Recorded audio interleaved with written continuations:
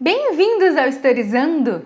O nosso assunto de hoje é a questão da semana. Para quem não sabe, toda sexta-feira aqui no Historizando a gente comenta uma questão, ou comenta várias questões, ou comenta provas, justamente para te ajudar nos seus estudos e no treino aí para as futuras provas, concursos, etc.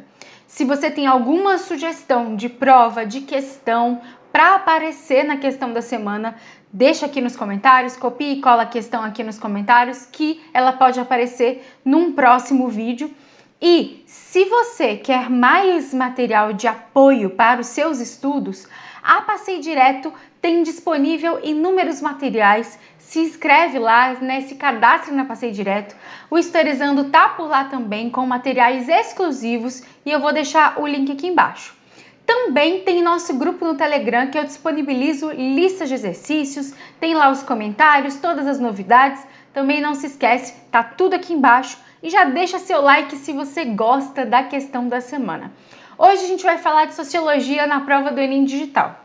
O Enem Digital, que inclusive tem vídeo aqui meu comentando sobre ele, deixou muita gente chateada, porque foram várias questões que pareceram muito mais simples do que provas anteriores. E eu vou dar um exemplo para vocês sobre isso aqui nesse vídeo. Então, observa aqui como foi cobrada a questão da democracia e a questão de representação no nosso país na prova do Enem Digital. Vamos ver. Numa democracia representativa, numa democracia representativa, como é o Brasil, o direito de votar para a escolha dos governantes que irão ocupar os cargos do executivo e do legislativo é um dos direitos fundamentais da cidadania. Na impossibilidade de participação direta do povo nas decisões que deverão ser tomadas a respeito de questões da máxima relevância para o interesse público, a escolha de representantes para o desempenho dessas tarefas foi o caminho encontrado para que as opções reflitam a vontade do povo. Lembrando que se não fez a questão ainda e quiser fazer antes da minha correção, é só dar um pause, beleza? Então tá aqui o texto Em Busca da Democracia Representativa, disponível aqui no site. Tá. Na perspectiva apontada no texto, a consolidação da democracia no Brasil baseia-se na representação popular por meio dos ou das o quê? Seguinte, qual que é o conceito base dessa questão? Democracia. Para quem lá estuda, quando a gente fala de Grécia Antiga, tem vídeo aqui no canal também sobre Grécia Antiga, a gente observa que a democracia nasce com uma questão direta. O que significa direta? E aqui ele fala da impossibilidade de participação direta do povo. Antes era a participação direta do povo. Então a democracia lá em Atenas, as pessoas iam e participavam da escolha das leis, da escolha das regras, votavam por elas mesmas. Mas existem inúmeras diferenças. Uma delas é que a cidadania era limitada. A participação política em Atenas, na antiguidade, era limitada. Eram apenas homens maiores de idade atenienses. Então, eram poucas as pessoas que tinham acesso. Por mais que fosse democracia da vontade da maioria, essa maioria é a maioria de cidadãos, considerados cidadãos. Então, não era todo mundo e não era grande parte da população ateniense, ok? Agora, no Brasil é diferente, não existe tantas limitações assim. A gente tem essa questão da cidadania, né? Quem pode votar, quem pode participar, mas a gente chama a nossa democracia de representativa. O que significa isso? Nós escolhemos alguém para nos representar nos atos políticos, na questão das leis, nas questões das decisões. Não é toda a população, não são todos os cidadãos e cidadãs brasileiros que decidem diretamente o que acontece. O que a gente faz é colocar um representante ou uma representante, ou vários, né, no caso, para fazer isso. Então, olha a pergunta.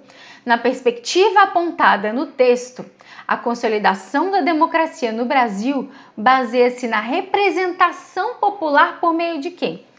Nós vamos observar as alternativas e vamos ver qual meio representa a gente nessas questões políticas, nessa questão da democracia e etc. Fóruns sociais. São os fóruns sociais que a gente escolhe para nos representar em questões políticas, de lei, etc. Não.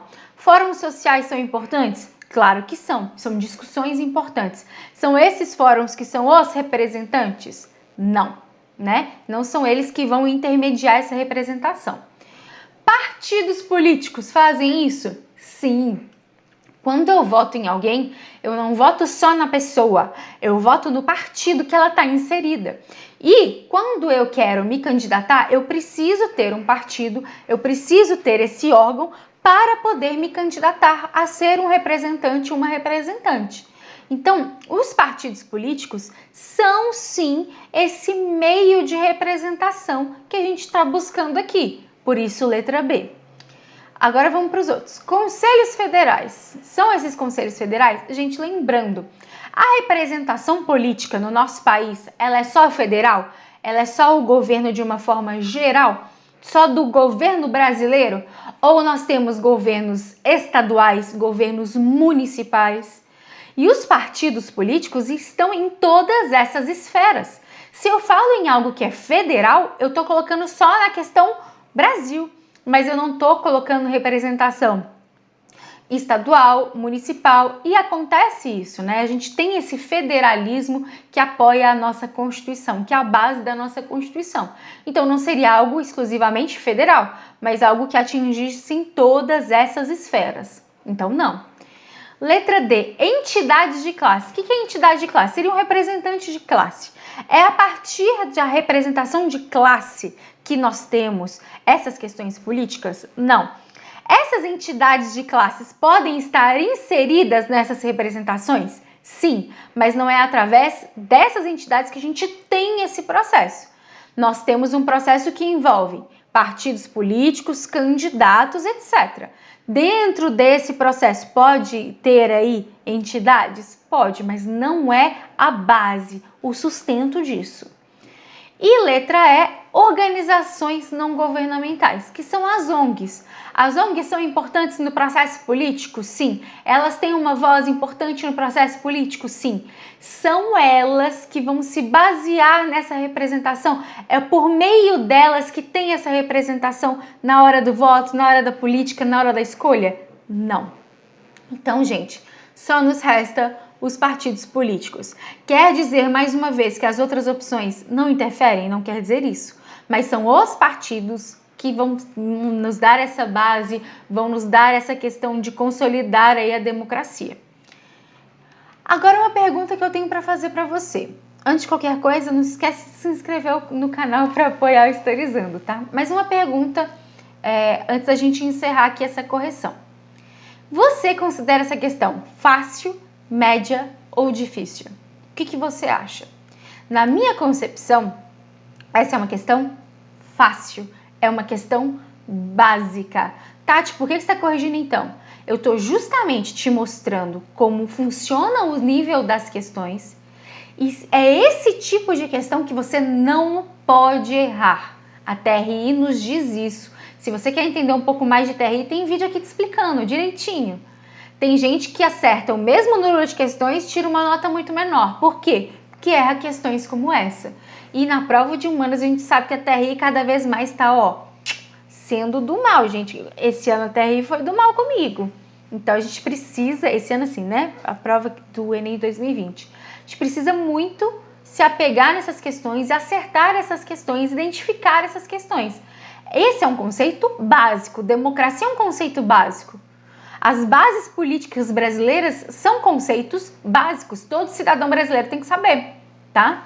Ficou alguma dúvida? Comenta aqui. Letra B é o nosso gabarito.